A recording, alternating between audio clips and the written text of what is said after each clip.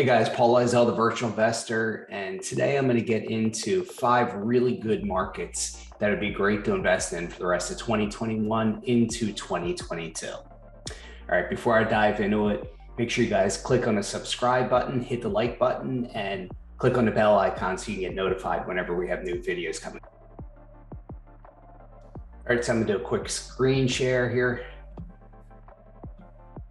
All right, this is an article from Roofstock. For those of you who don't know what Roofstock is, if anybody's looking to get into virtual investing and wants to do the BRRRR strategy, the buy, renovate, rent, and refinance strategy, Roofstock is a great company you can use to sell your properties. They charge 3%. They get 3% based on the buyer's listing fee, the buyer's agent fee, to sell these properties for you. So, and in a lot of different markets, you can get greater than market value when you're going to resell these things. For instance, a friend of mine who is in St. Louis, he does a lot of these renovations here, rents them out and sells them, 10, 15, 20, 30% above market value. So you could definitely do that with a company like Roofstock because people are looking for cash flow. They're looking for the cap rate. They're looking for a certain amount each month.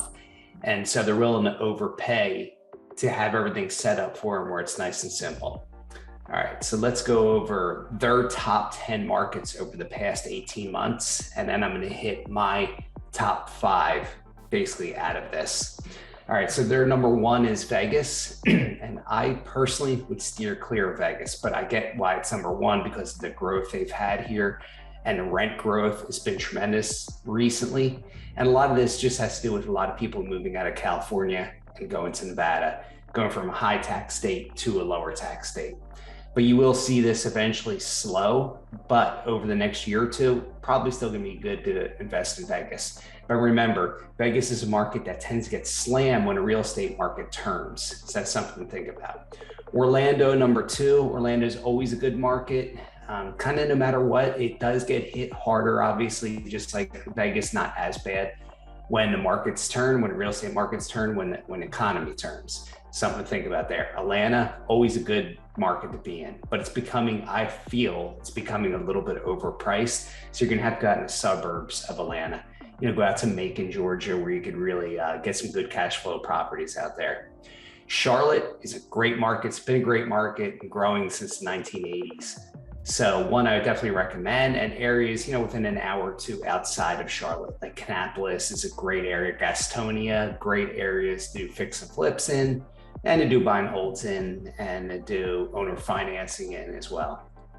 All right, then you go to Phoenix. Again, Phoenix is another one that gets overpriced, just kind of like California, Vegas, parts of Florida, especially Miami comparably. So I do think you have a couple of factors going on here though. You have a lot of people moving out of California to Phoenix. So that's going to continue over the next few years. So I think it'd be pretty stable. There's good jobs in that market, lower income tax by a ton, and good quality of life there. So a lot of people are moving there. A lot of snowbirds go down there, obviously during the winter as well, between Florida and Arizona. Those are your 2 big hubs for snowbirds coming down. A lot of Canadians come down here as well and have second homes. Then you got Dallas-Fort Worth, which I love all the time. And this is a market that will not get slammed nearly as bad as other markets will when real estate turns, just because the amount of job growth, the amount of businesses in the Dallas-Fort Worth area. And Fort Worth is going to be a little less expensive for you than Dallas. Another little market that's about an hour and a half away from Dallas I love is Waco, Texas. Not as competitive, but a great market in which you can do buy and hold, owner finance, and fix and flip. You can use every strategy in that market. It's a tremendous market. And we'll go in another one of my favorite markets, Jacksonville, Florida. And since hedge funds have kind of started to move away from here, it's become a much better market to go into. And you can do a combination, just kind of like Waco, Texas. You can do a combination of buy and hold, fix and flip, and owner finance. I've done a mixture of everything in there except for the buy and hold. I've done the owner finance, I've done fix and flip in Jacksonville, done very well over the years. San Antonio, Texas, what a hot market this one is. Kind of like the Dallas-Fort Worth area, tremendous growth, job growth, great place to live, all kinds of good restaurants and shopping. So it's definitely one area I'd highly recommend. but it's becoming a bit overpriced. So keep that in mind. It's a great fix and flip market, getting tougher. It used to be a great buy and hold, getting a little tougher to buy and hold in this market. Same with the owner financing. Now I'll go to a market that's always been steady throughout time. It's a linear market, meaning that it stays very stable. It's not the up and down cyclical market like you have with a Fort Lauderdale, that you'll have with a Las Vegas, that you'll have with a Phoenix. These are markets that are cyclical, up and down. Whereas Indianapolis is very linear. It's going to stay a slow, steady growth. Great rental market, great owner finance market, and definitely a great area where you could do some fix and flips too. But a great long-term buy and hold, affordable place to live, affordable taxes, good lifestyle. It's definitely a great market to be in.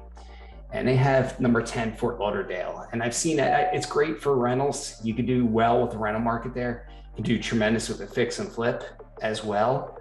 But again, this market, think like Las Vegas, think of Miami, think of Phoenix, more of a cyclical market. So as the market turns, you're going to get hit harder here than you will in Indianapolis or in Cincinnati, Ohio, some of these Kansas City, St. Louis. You won't get hit as hard in those markets as you will in a cyclical market. So just something to think of mind.